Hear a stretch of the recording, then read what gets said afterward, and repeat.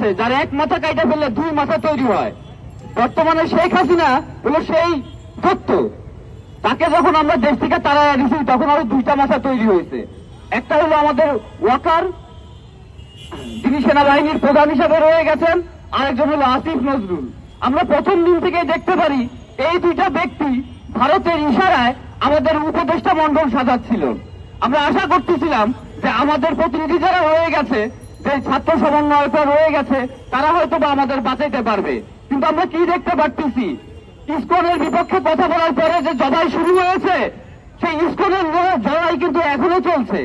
আপনারা জানেন যে জামাত শিবির একসময় ওয়াক কেটে দিত, এটা তাদের প্যাটার্ন। তারা ওয়াক কেটে দেয়, এটা তাদের প্যাটার্ন।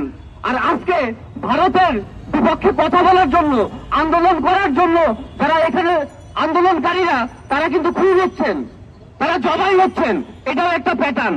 আপনারা মিলাই নিয়ে দেখেন আমাদের বিপ্লবের পর থেকে সমগ্র বাংলাদেশের ভেতরে আমরা কি অবস্থার মধ্যে আছি। আমরা একটি নিষ্ক্রিয় অবস্থার মধ্যে আছি। আর যারা আমাদের মধ্য থেকে সুবিধা পেয়ে ক্ষমতায় গেছেন, তারা ভুলে গেছেন আমাদের কথা। যে উপদেষ্টারা আজ থেকে 4 মাস আগেও এই একই জায়গায় দাঁড়িয়ে সরকারের বিপক্ষে কথা বলে গেছেন, আজকে তাদের আমরা দেখতে পারি না, তাদের আমরা স্পর্শ করতে পারি না। তারা শহীদ মিনারে যখন তারা জাতির উদ্দেশ্যে শপথ গ্রহণ করে ক্ষমতায় যাওয়ার কথা, তখন তারা সেই 72-এর সংবিধান, সেই শেখ হাসিনার সংবিধানকে শ্রদ্ধা করে তারা ক্ষমতায় গেছে। সেই দিন থেকে আমরা বুঝতে পারতাম যে আমরা মারা যাব, কিন্তু এই যে নৃশংসভাবে হত্যা হবে আমরা এটা কিন্তু আমরা ভাবি নাই। আজকে যে জবাই করা হচ্ছে আমাদের, এই জবাই আমরা জানি, আমরা প্রত্যেকেই সেই তালিকার অন্তর্ভুক্ত। তারপরেও কিন্তু আমরা এই লড়াই থামাই নাই।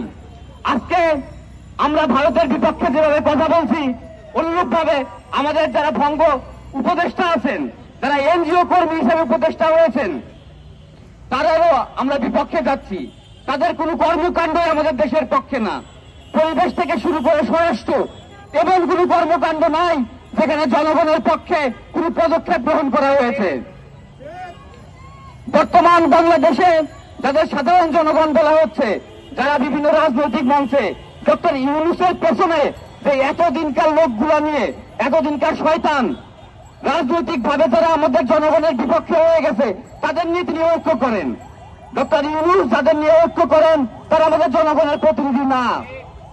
তারা আন্তর্জাতিক রাজনীতির প্রতিনিধি, তারা কর্পোরেটের প্রতিনিধি, তারা দালাল রাজনীতির প্রতিনিধি। আজকে ক্ষমতার সব জায়গায় উপর থেকে নিচ পর্যন্ত সেই সব মানুষকে দেখা যাচ্ছে যারা কোনো না কোনো ভাবে আমাদের বিপক্ষে, দিল্লির সাথে সম্পর্কিত, হাসিনার সাথে সম্পর্কিত, অথবা পরবর্তীতে যারা অপেক্ষা করতেছে ক্ষমতা নেওয়ার জন্য সেই বিরোধী দলের সাথে সম্পর্কিত, কিন্তু জনগণের সাথে কারো সম্পর্ক নাই। আজকে আমার যে ভাইয়েরা জবাই হয়েছে রাজপথে, তাদের জন্য সরকারের পক্ষ থেকে কোনো কার্যকরী পদক্ষেপ আমরা নিতে দেখি না। যে লড়াই শুরু হয়েছে জুলাই বিপ্লবের মধ্য দিয়ে, সে লড়াই কতদিনে শেষ হবে আমরা জানি না। 1971 সালের 9 মাসের লড়াই যখন আজকে 2024-এ এসে ভারত পাকিস্তান যুদ্ধ হয়ে যায়, আমরা তখনই বুঝতে পারি কত রক্ত গঙ্গায় ভাসাতে হবে, কত রক্ত বাংলার মাটি খাবে। তাই জুলাই বিপ্লবে যে রক্তদান শুরু হয়েছে, আমরা বলতে পারি না এই রক্তদান কবে শেষ হবে, তবে নিশ্চিত বাংলাদেশের মাটি থেকে ভারতের দালাল এবং বাংলাদেশের বিপক্ষের সমস্ত শক্তিকে ধ্বংস করে বাংলাদেশ মাথা তুলে দাঁড়াবে। এক জীবন এক বাজি, বাংলাদেশ ভালোবাসি।